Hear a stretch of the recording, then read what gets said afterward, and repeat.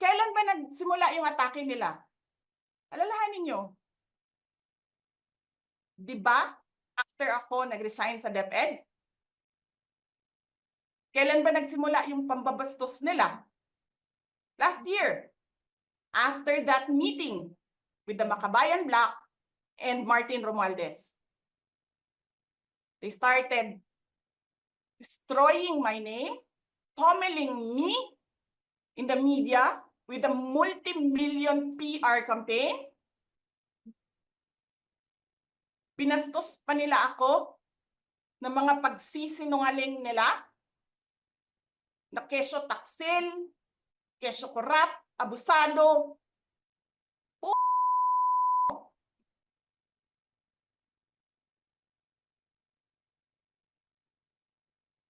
Sino ang korap? Yung mga congressman na yan na nag-hearing, anong sinasabi nila? Pagkatapos, pag na-off na ang mic, pag wala ng media, pasensya na kayo ha. Kailangan kasi namin ng pera. Mag-eleksyon na kasi. Pakisabi kay Sara ha. Hindi ko naman gusto tong ginagawa ko eh. Hindi mo pala gusto ginagawa mo eh. Bakit mo sinisira pangalan ko? Joel Chua.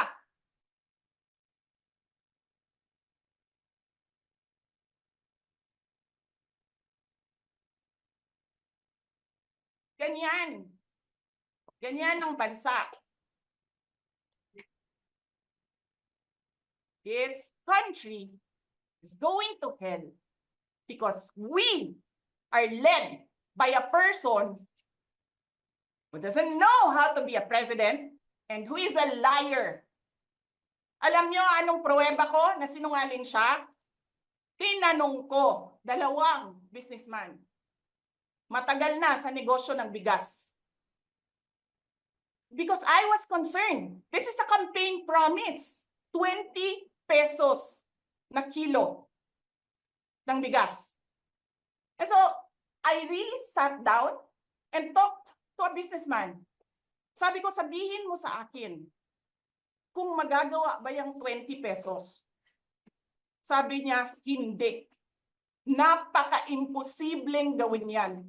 Because more than 20 pesos ang cost. Paano ka magbenta ng palugi? So, tinanong ko, nagsinungaling ba siya nung sinabi niya? And then he said outright, yes. It's either he did not know what he was talking about, that's so incompetent, or he was lying through his teeth to get the votes of people.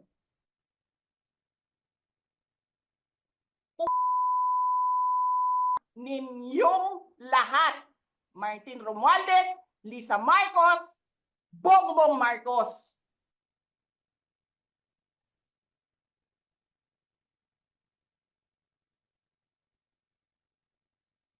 Ginigit-git nyo yung mga tao ko dyan sa envelope na yan. Lisa Marcos, naalala mo, nagpadala ka sa akin ng video? Sinabihan mo ako saan kukunin ang pera. Pinakita mo ang muka ng tao doon sa video message mo. Hi, Nikki. This is she's been working with us for the longest time. We trust her. You sent me written instructions about money. Millions a month. Anong nakalagay doon sa envelope? DepEd. Anong ginawa ko? Binigay ko sa DepEd.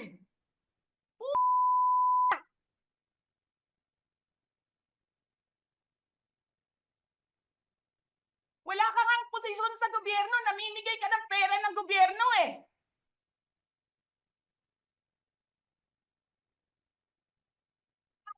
Sirain mo yung pangalan ng mga kasama ko sa Office of the Vice President? Sasabihin nyo sa mga tao, nakaw yan, confidential funds yan. Niwala nga kayong isang proof na confidential funds yan. Naniwala lang kayo sa isang babae na ang pangalan ay Gloria Mercado na nagsabi confidential funds yan, na hindi nyo nga nilabas na wala pang confidential funds, meron ng white envelope. Kasi 2022 pa lang,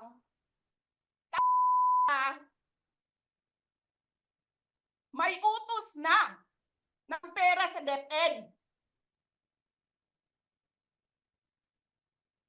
Tapos kami yung nagsisinungaling? Nagpipigil ako eh. Kasi gusto ko lang magtrabaho. Gusto ko lang tapusin nyo na yung show ninyo dyan sa House of Representatives para makabalik na kami sa trabaho namin.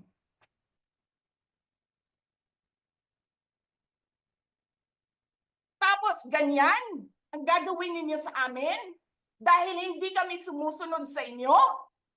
Dahil ayaw na namin tumulong sa inyo?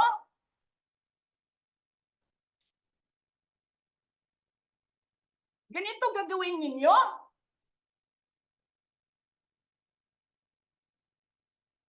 Presidente ka, may speaker ka na involved sa bribery ng Supreme Court justices. May video, may kaso, may witnesses. Hindi mo tinanggal yung speaker mo. Pinabayaan mo siya abusuhin ang pera ng bayan.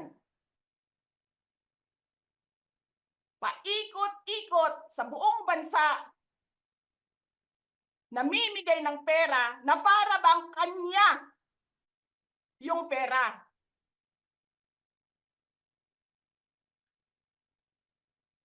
Eh di ba nga, lagi niyo sinasabi separation of powers? Anong trabaho ng legislative branch? Gumawa ng batas. Anong ginagawa ni Martin Romualdez? Nagdidirect ng DSWD, namimigay ng ayuda,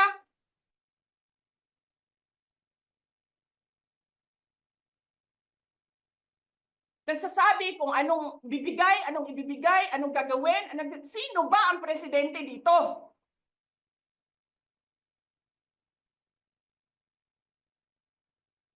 Alam nyo, alam namin, mali ang ginagawa ninyo. Sinabihan ko lang mga kasama ko sa Office of the Vice President, pasensya na, sumunod na lang tayo para matapos na sila.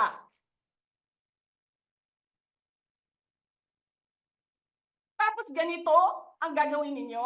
Alam namin, walang contemptuous doon sa ginawa ni Yusek Lopez. Wala. Lahat ng tanong, sinagot niya. Pumunta siya. Maayos siya kumausap. And then sasabihin ninyo sa amin, bakit kami susulat sa COA? Bakit hindi kami susulat sa COA? Hindi tapos ang appeal namin. Hindi tapos ang audit namin. Tapos buhaghag na ninyo tanan ang gisubmit namo sa COA?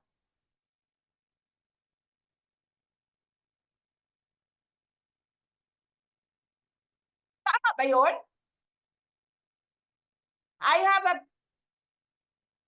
video of Chairman Gamaliel Cordoba. Sinasabi niya, mali ang ginawa niya. Tama ba yun? Ikaw ba ang auditor? Ikaw ang appeals. Wala pa kaming audit? Sasabihin mo na mali kami?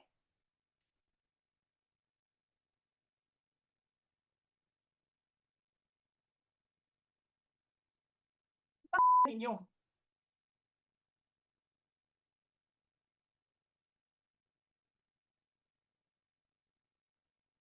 Hindi pa kayo nakakita ng kalaban katulad ko. Nagpigil ako na nagpigil. Kasi masama sa bayan. Hindi maganda ang political instability.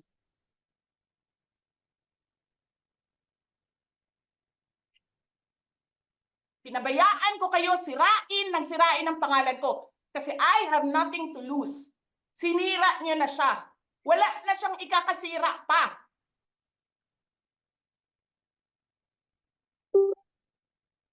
Tapos ganito ang gagawin niyo.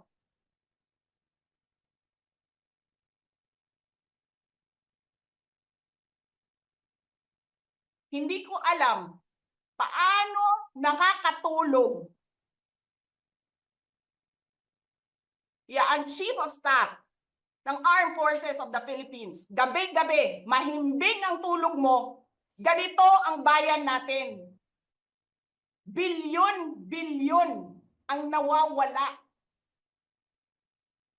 Tanungin nyo si Congressman Ungab, Chairman ng Ways and Means, Chairman ng Appropriations Committee.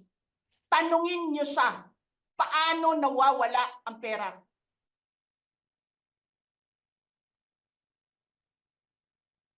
Paano nyo ginagel ang pera ng Department of Education?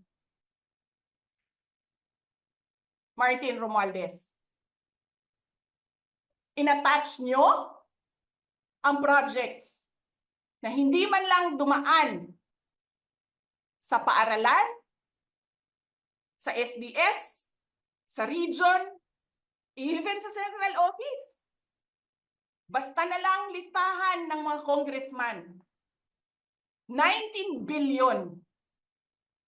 Tapos, nung 1 billion na lang ang naiwan sa DepEd, anong ginawa nyo?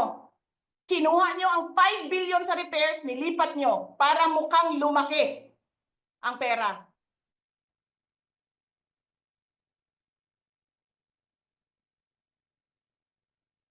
Martin,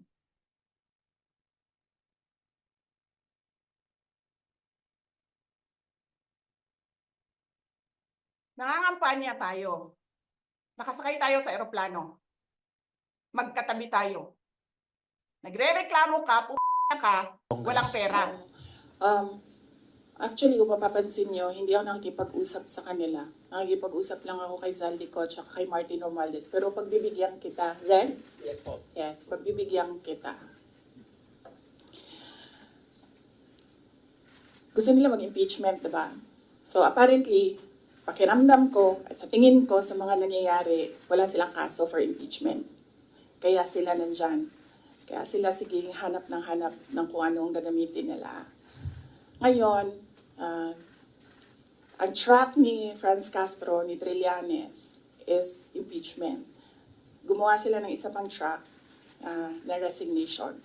Parang papalabas nila, impeach ka namin for wrongdoing, whatever. And then, itong isang grupo na ito, umalis ka dyan. Kasi kapag hindi ka umalis, kapituko ka. Pero, hindi naman kasi ako sasagot sa Young Guns. Dahil, kailangan ko sumagot sa 32 million na bumoto sa akin.